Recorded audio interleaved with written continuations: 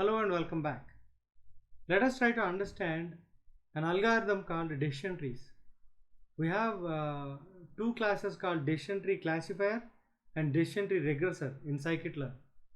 Before we jump in and use those classes and build models, let us try to understand how exactly the decision tree algorithm works. Basically, the decision tree algorithm tries to divide and conquer the data. Based on some conditions, it will divide the data and make data to reach a point where all records belong to one class or another.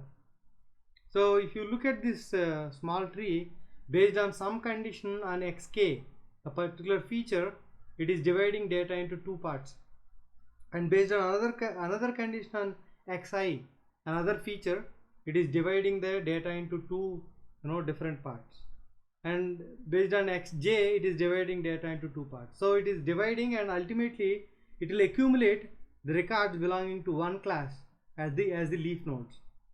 When a new record comes in, we will traverse through the same tree by looking at the conditions and see whether it reached which leaf node, and the leaf node belonging class is the class to which the record also belongs to. So let us try to look at that with a simple example.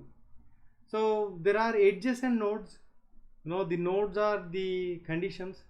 Edges are the edges can be like connecting the nodes and leaves, or nodes and nodes. So leaf nodes are the terminal nodes that predict the outcome. So these leaf nodes will have ultimate conclusion whether the record belongs to a particular class or not. So when we look at the clear example, right, we'll understand.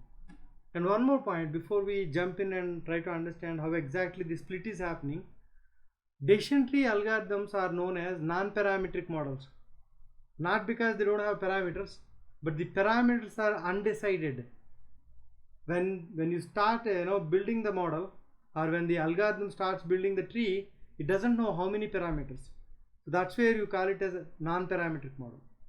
But in linear regression or logistic regression or SVM, if you see, there are predefined parameters. If you have n number of features, there will be n plus 1 number of parameters.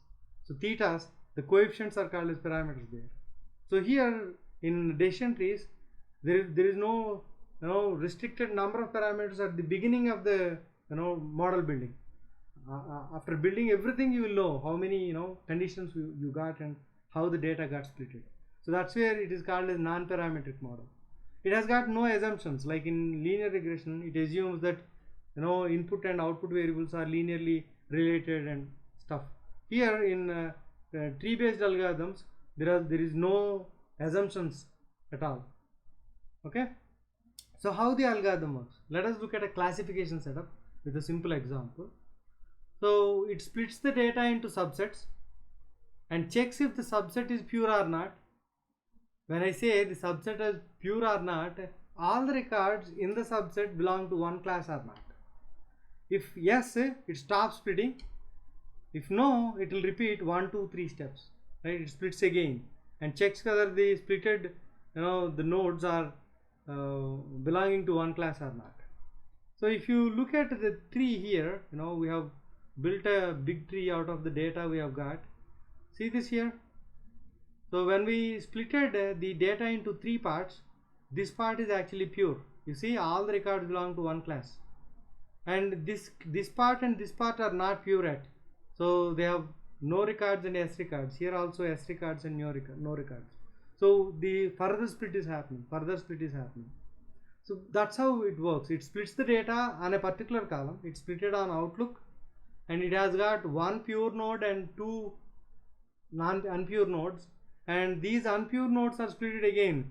This first node is splitted on humidity, another feature. The second node is splitted on wind, another feature. Like that, it's going to split until it reaches a place where all records belong to one class or other. See this? Here all records belong to yes. Here all records belong to no. Here all records belongs to yes. Here all records belongs to no. Like that. Okay. So that's the decision tree. And on a classification setup, how it works we'll see in the coming session. Thank you.